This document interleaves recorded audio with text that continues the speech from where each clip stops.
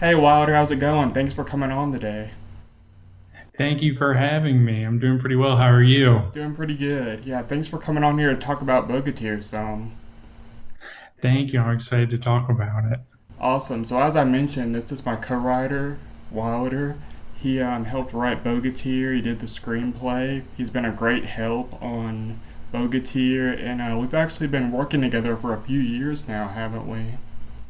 Yeah, I think this is like our third or fourth project we've written together. This one was definitely, I think, the biggest one so far. Yeah, I would say so. The most exciting for sure. See, we started with some more like children's based media type stuff, and like we've escalated some with Bogatyr, and it's been really cool for sure. Yeah, definitely. I know we have a lot of like shared interests, like when it comes to fantasy and just, animation. So it's definitely really exciting to work on this. For sure, yeah.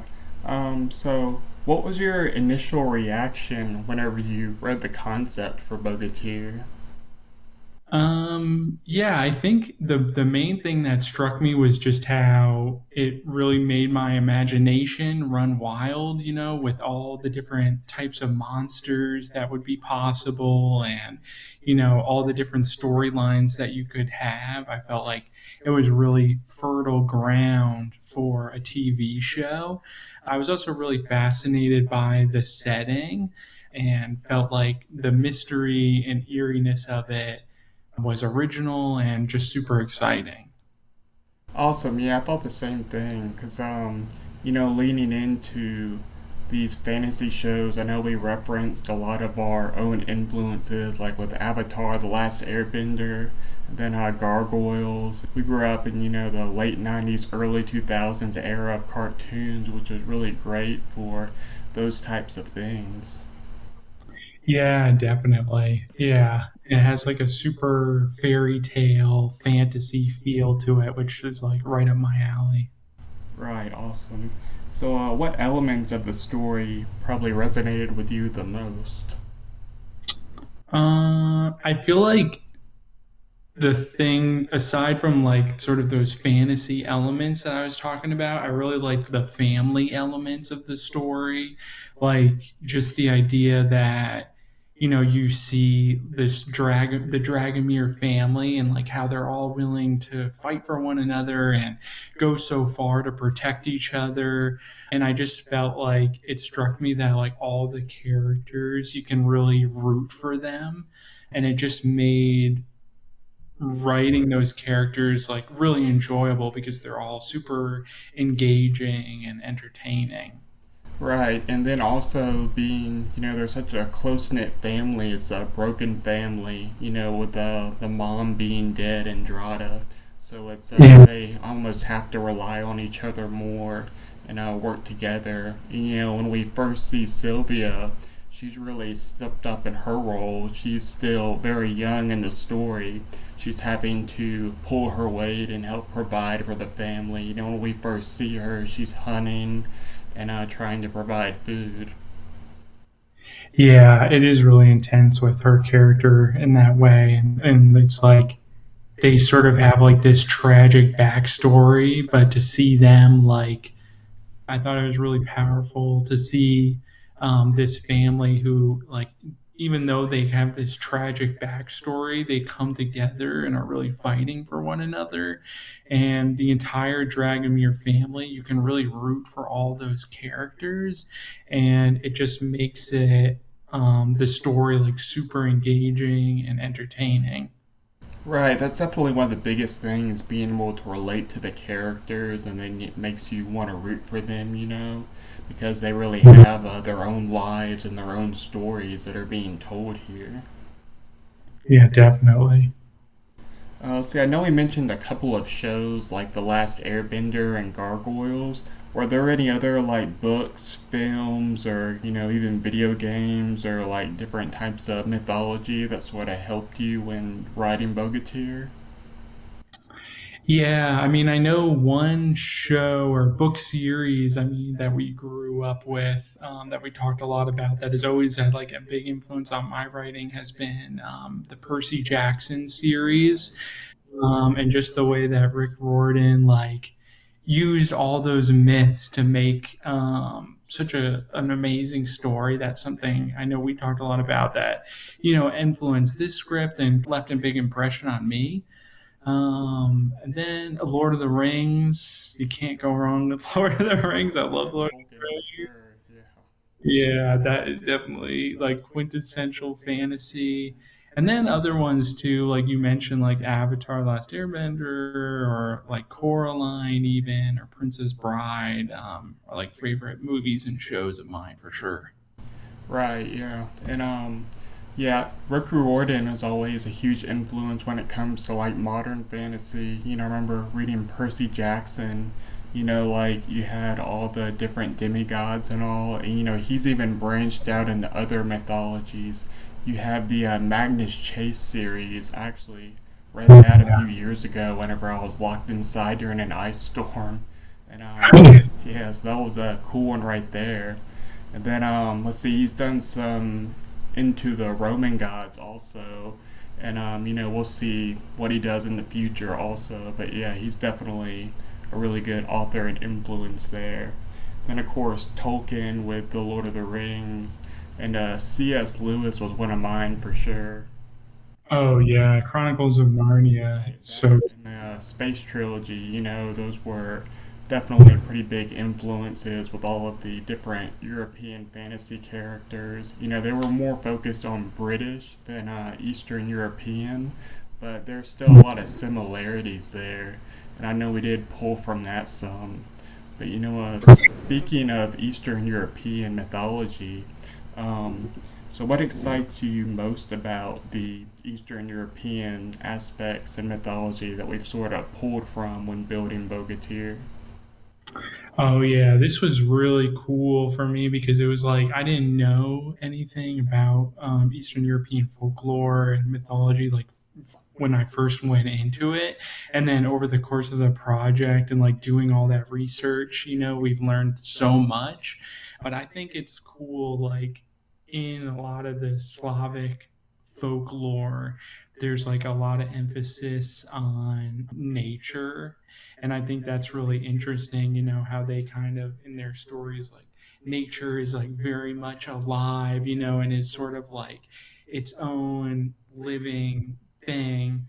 Yeah, it was definitely a cool thing to explore and all. And remember initially we tried to focus more so on Romanian mythology, but it's Yeah. like such a rich vein, just Eastern Europe in general, and I really feel like that's like an underrepresented, genre of storytelling because just thinking initially, I couldn't think of very many stories that pull directly from there. I believe The Witcher did some, but other than that, and of course there was the Owl House, but I just can't think of a whole lot of pop culture that's pulled from that in recent years, and so it's very much a missed opportunity. And then, of course, there's the Dracula story that's been Yeah. retold several times, but we wanted to do something different than that for sure.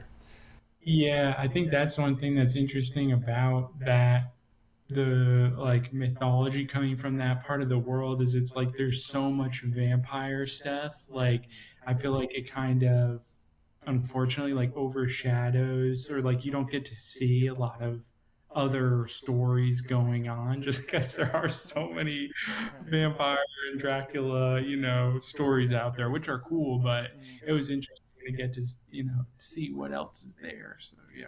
Right, for sure. And then, we've even like expanded it some beyond just Romanian and like we've ended up covering like just sort of Eastern Europe in general, because we're pulling from like Slavic, Baltic, Romanian influences. And it's just such a rich culture. And then, I mentioned in some of the videos where I cover the monsters, we even bring in like a Cyclops at one point from Greek mythology, and that brings in a concept that I had mentioned when we were writing Bogatyr, of the same name, different area. And, it's where we have sort of the idea that the monsters exist throughout the world, but they have different names in each country and language. And Yeah. really adds to it a lot. Yeah, definitely. Even like the way that we really tried to like pull in a lot of the language of like you're saying like the names of the monsters and the characters, I felt like was really cool and not something you always see, but try to like be authentic, in that part of it. Like as far as like the Romanian language and everything was really cool. Right, yeah. And I know we've done a lot of writing together, and then our sort of process is, we'll come together and talk about sort of the outline and then, where we're going to go from there.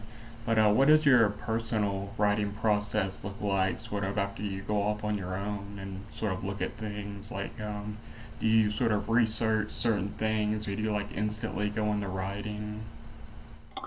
Yeah, I feel like it depends like on what I'm working on and it can vary like project to project. Like I think overall, I just try to like same with how we did, just get like a very solid outline down. You know what I mean? And have make sure I know, how it ends, how it begins, the middle, that kind of basic stuff, and then I do try to just like write a first draft as fast as I can, and just kind of get that vomit draft down, because I feel like that's kind of where the real work starts is with like the rewriting. But yeah, it can vary like from project to project, but I think that's my basic thing, is just really spend a lot of time on the outline and then make sure, write your first draft really fast so it feels like one cohesive thought, hopefully, and then and work from there, just revising and revising. Right, yeah. That's definitely like a good way to approach it because each project really is different and comes with its own sets of challenges. And I know like our style that we write in and all, you've always been pretty essential to that because of the way like we approach it. Like I'll come to you with an outline or an idea or something, and like you always know the right questions to ask to further the story. And then, a lot of times I'll have to go back and I'll refine and take into consideration the things you've said and talked about. Then we'll, come back together and sort of talk about those questions and move forward from there. So it is really cool to like sort of bounce off each other in that aspect. Yeah, I definitely love writing collaboratively, and it's a lot of fun getting to write with you just because it's like I feel like you know what you want, you know what I mean? So Right. then when I ask those questions, even if you got to think about it for a while, I feel like you always come up with good answers for stuff, or like are able to poke holes in things, and just be. But I think we just like work well together, like both have a collaborative like spirit about it, so it's pretty enjoyable. Right, yeah, you definitely have to learn to like get specific with trying to answer questions, especially with stories, and then come into fantasy writing again. Also, it's always the question of are you gonna have a hard magic system or a soft magic system, and then you have these creatures and what are their limitations, and it's like there's so much like extra stuff here. People that are like play D&D or Magic the Gathering, they're already very familiar with a lot of these ideas and concepts. Yeah, yeah. Like there's so many sort of like tropes and archetypes like built in, and then you have to decide like kind of what rules are you gonna break, what things are you gonna keep the same, that sort of stuff. Like, but Right. yeah. Yeah, definitely on that. So whenever you approach a scene, what do you focus on first? Is it usually the character or the plot or like the dialogue or the theme maybe? I think like in the first draft or like early drafts, I feel like it's like sort of a hybrid of character and plot, just because like I'll try to think before I start each scene, okay, like what's the goal of like the character, like sort of who's POV is the scene in, like even though we write scripts in third person, there's always like a viewpoint that you're writing from. And so I'll just try to think, what's the goal of the character, who should be like and that should be like driving the plot. And then definitely like I think the theme is built in. Like if you're doing a good, if you like did the work in the outline early on, like a lot of the themes are built in just because of like the conflict, I guess. But yeah. Right, I think that's definitely a good way to approach it with character and plot, especially when doing from a POV. And because that's a lot of, in a lot of ways, that's how I've approached it also, because I always knew Sylvia was going to be the Bogatyr, and it was mostly going to be her story also. And one thing that's kind of interesting I wanted to ask you about is I've seen interviews with famous authors like George R. R. Martin and Stephen King, where they've talked about things like how do you name characters, and it's interesting how that varies from writer to writer. Because some people like they know the name instantly, the entire identity is built off of the name. Because I know with Sylvia, that's kind of how I initially approached it. It didn't take long for me to come up with the name. And then, I had Sylvia, then Davana, and then Dragomir. And I was like, yeah, it has a nice ring to it. And then you have some writers, they don't know the name until they've created their entire book or script. So I was wondering, how do you usually approach that with names? Yeah, that's so funny. I feel like I'm definitely in the later camp, unfortunately. But that's one part that's been nice, is because like you coming up with those names was like made it really easy to like see the characters early on, you know what I mean? Like the name is so important, and just knowing like, oh, this is Sylvia, is like you can like see it more clear, you can see her more clearly.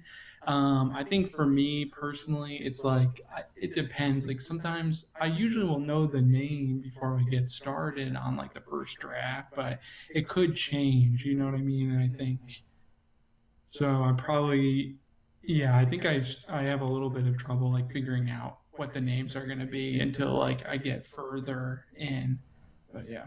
Right, yeah. And one of the interesting names that I sort of picked was one for Sylvia's brother, Benjamin.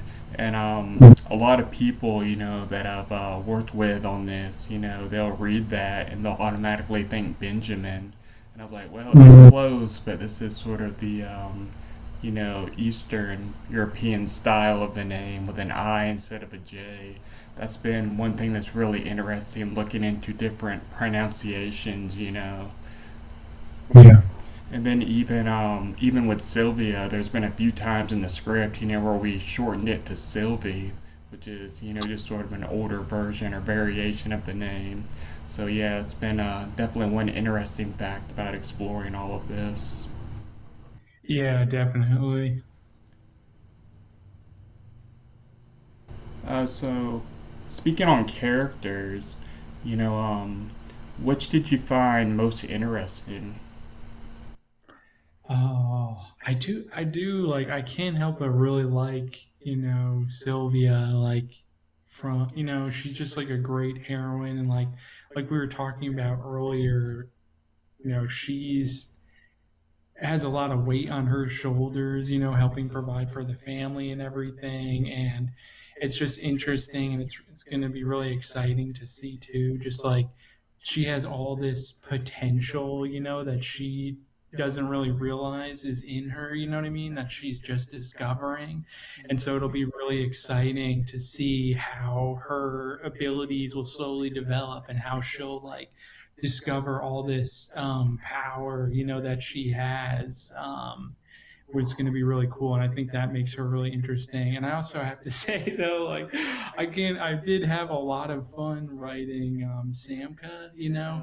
Just she's such a villain, just like a classic villain. Right.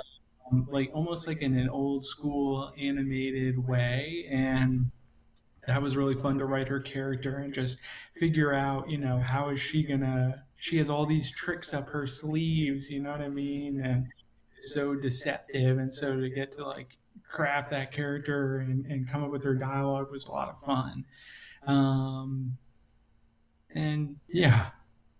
Cool, yeah. Yeah, Samco was definitely a fun one to do. Her like greatest trait is very much entropy, and she's like very much an agent of just chaos. Like that's her main goal is just to wreak havoc everywhere she goes. And it's interesting. Like I like how you mentioned the potential that Sylvia has, and you're speaking of her Bogatyr powers, and also in the story Sylvia is about 19 years old, and at that age that's where pretty much everybody has like all the potential in the world of what they can become, and we don't necessarily become superheroes, at least not all of us, but it is a good way to sort of look into that also, because even beyond the Bogatyr, there's so much more that she can be, and hopefully through this, people will also realize that for themselves. Yeah, definitely. I think that's a really sweet way to put it because it's true that I think that's, hopefully what people relate to is just know that, when you're around that age or really any age, like you have all this, you're capable of so much more than you realize, and it just takes time to develop that. And hopefully people will be able to relate to that as they see her like grow and learn more about herself. Right. So, what types of themes do you see sort of emerging in this story based off that, other than, just sort of what we just mentioned with potential and everything? I think like there's a lot about family, like we talked about, and you kind of see these characters, the limits that they're willing to go, and the sacrifices they're willing to make to sacrifice, the people that they love and to go out and get them is a big thing. And I do also think there's a lot of themes about nature and the environment. It's like when you think about it, the Dragomir family, they're sort of living in this off grid house a bit, like in the middle of the woods. And they're sort of at like a border between like our modern world and this like ancient magical forest. And it's just interesting how those two worlds come into conflict, and it's just a question of like, can they balance those two very different spaces? Like, can they coexist? I think that makes me realize too, not to go on and on about but it reminds me of Samka. That's kind of like, I feel like a big part of her motivation is like she doesn't, thinks humans have kind of ruined the earth and everything, and wants to reclaim this magical world and have it just spread everywhere. But yeah.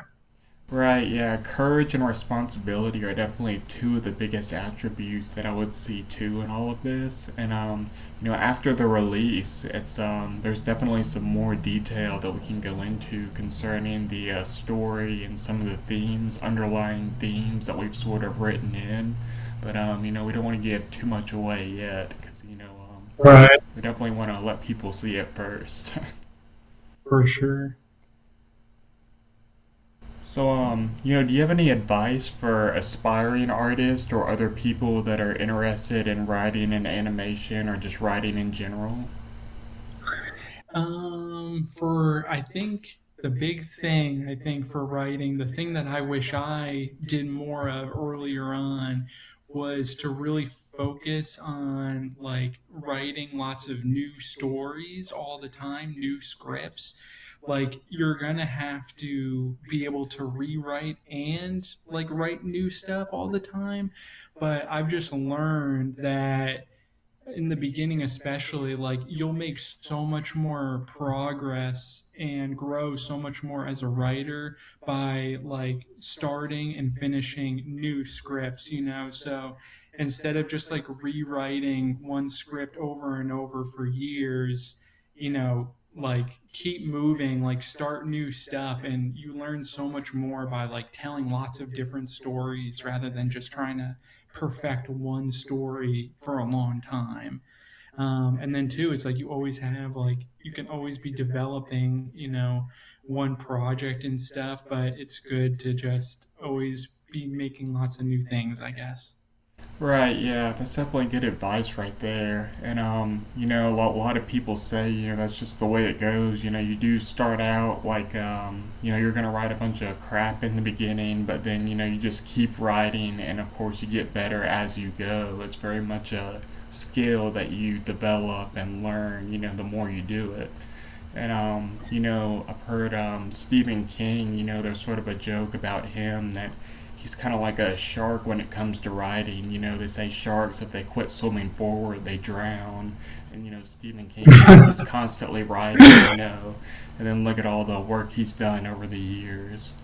And but yeah, and oh, also, you have a YouTube channel of your own, right? Oh yeah, I have a YouTube channel. It's called Wilderverse Stories, and I post like original cartoons, and then I also post videos about writing and grammar and writing history. But it all kind of revolves like around, I guess, the kind of stuff I like to make, like fantasy stories and everything like that. But yeah, check it out. Awesome, for sure. Yeah, y'all check it out. There will be a link in the description for Wilderverse Tunes. Y'all go give him a follow, because we will probably be doing some more interviews like this in the future to sort of raise awareness for Bogatyr, let y'all know where we're at with everything, and then future projects, of course. And Wilder, do you have any closing words for everyone concerning Bogatyr or maybe anything else you're working on? Just be on the lookout for Bogatyr. I mean, it's really exciting. I know a lot of people will really love it. It's a really super fun, just entertaining idea, and it has a lot of like powerful themes in it. So just definitely be on the lookout. We're really excited about it. Awesome. That sounds great. So thanks for coming on today, Wilder. It's been great talking to you and getting to learn more about your process and telling everybody how we wrote Bogatyr and sort of how it's coming to life. And yeah, it's just great to see the process and how everything's playing out. Nice. Sounds good. Thank you for having me. Yeah. Hey guys, thanks for watching. Make sure to like and subscribe to keep up with all things CEG, moving pics, and Bogatyr. And also make sure to follow Wilderverse Stories to keep up with everything that he is going on. See you in the next video.